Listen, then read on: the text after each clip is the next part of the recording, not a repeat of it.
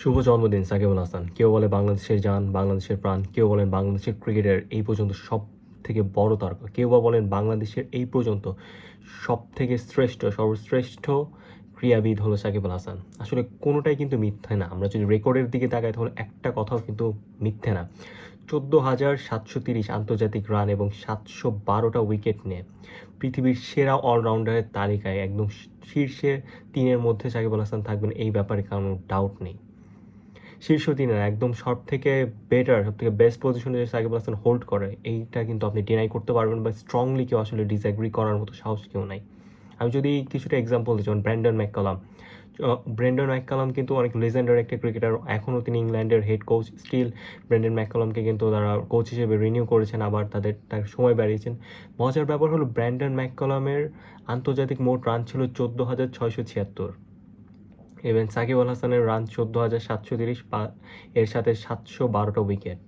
আমরা যদি আরেকজন লেজেন্ডারি বলারের কথা বলি, সেটা হলো ভারতের হরভজন সিং। হরভজন সিংয়ের উইকেট সংখ্যা ছিল 3 ফরম্যাট মিলিয়ে 711টা। সাকিব আল হাসানের 712টা, সাথে 14,730 রান, অর্থাৎ লেজেন্ডারি ব্যাটসম্যান প্লাস লেজেন্ডারি বলার is not equal to Sakib Al Hasan. Sakib Al Hasan is better than a legendary batsman plus bowler. The best all-rounder. 2011 থেকে 2018 পর্যন্ত প্রায় টানা 7 বছর ওয়ার্ল্ড র্যাঙ্কিংয়ের শীর্ষে ছিলেন সাকিব আল হাসান। অলরাউন্ডারকে একটা শিল্পের দিকে নিয়ে গেছে সাকিব আল হাসান, যেটা বাংলাদেশের ক্রিকেটে আসলে কখনো চিন্তা করতে পারতো না। হ্যাঁ, জ্যাক ক্যালিস ছিল বাইরে, সাউথ আফ্রিকার মতো দেশে, এরকম আরও অনেক লেজেন্ডারি হয়তো এসেছে গেছে, কিন্তু বাংলাদেশের মতো এই রিজনে ঠিকমতো ব্যাটসম্যান একটা ছিল না, ঠিকমতো একজন ব্যাটসম্যান বা একজন বলার পাওয়া যেত না। একটা টানাপোড়েনের মধ্যে ছিল। 2015 পর্যন্ত বাংলাদেশ ক্রিকেট কিন্তু যথেষ্ট আনস্টেবল ছিল। বাংলাদেশ ক্রিকেট কিন্তু স্টেবিলিটি ছিল না। তো ওই জায়গা থেকে বাংলাদেশে ব্যাটিং প্লাস বলিং দুই দিকের যে ধারাবাহিকতা মেনটেন করে একটা প্লেয়ার যে দিনের পর দিন খেলে যাচ্ছে, এবং কখনো কিন্তু সাকিব আল হাসান টিমকে নষ্ট করে নেই। সাকিব আল হাসানের সব থেকে বড় ব্যাপার হলো সাকিব আল হাসানের নিয়ে যে মানুষ কমপ্লেন করে, মানে কমপ্লেন ওই লেভেলে করতে পারে না, তার সব থেকে বড় ব্যাপার হলো সাকিব আল হাসান কিন্তু কখনো ম্যাচ নষ্ট করে না। দেখেন, আউট হয়ে গেলে 10 রান, 5 রান বা 20 রান যাই করুক, তাড়াতাড়ি আউট হয়ে যায়, তোর বল খেয়ে পুরো ম্যাচ নষ্ট করে না। কিন্তু এই ব্যাপারটা কিন্তু বাংলাদেশের অনেক প্লেয়ারদের মধ্যে থেকে, যারা কিন্তু মানে নিজে না পারলেও পুরো ম্যাচটাকে শেষ করে দিয়ে আসে। 10 রান করলেও 30 বল খেলে একদম শেষ করে দিয়ে আসে। আমরা যদি 2012 সালের নাজিমুদ্দিনের কথা বলি, বা ওয়ার্ল্ড কাপ এশিয়া কাপ ফাইনালে আমরা মাত্র 2 রানে হেরেছিলাম, এবং নাজিমুদ্দিন 52 বলে 16 রান করছে। শেষ ওভারে 6 বলে 8 রান রাখতো, তাও আমরা বাংলাদেশ জিততে পারিনি। অর্থাৎ এই যে ফেলিয়ারের কথা, কিন্তু সাকিব আল হাসান কিন্তু বরাবরই বাঘের মতো খেলেছেন। অর্থাৎ তার মধ্যে সবথেকে বড় ব্যাপার হলো তিনি কখনো খেলা নষ্ট করতেন না।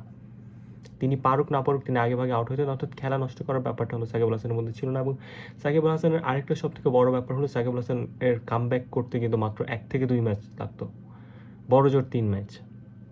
3 ম্যাচের বেশি সাকিব আল হাসানের টাইম লাগে না কামব্যাক করতে। তিনি এখনও কিন্তু আইএল টি-20 3বার, এই যে গত বছর 2025 ডিসেম্বর যে আইএল টি-20 হলো, পৃথিবীর সেরা লিগের মধ্যে 2 নম্বর আইপিএলের উপর, এই লিগে তিনি 3বার ম্যান অফ দ্য ম্যাচ হয়েছে। কিন্তু প্রথমেই কিন্তু তিনি ব্যাটিং নিয়ে খুব একটা স্ট্রাগল করেছেন। ইভেন তাকে কিন্তু এই রিটায়ার্ড আউট দিয়েও কিন্তু ম্যাচ থেকে উঠিয়ে নেওয়া হয়েছে, তারপরে তিনি কামব্যাক করে আসলে বুঝিয়ে দিয়েছেন।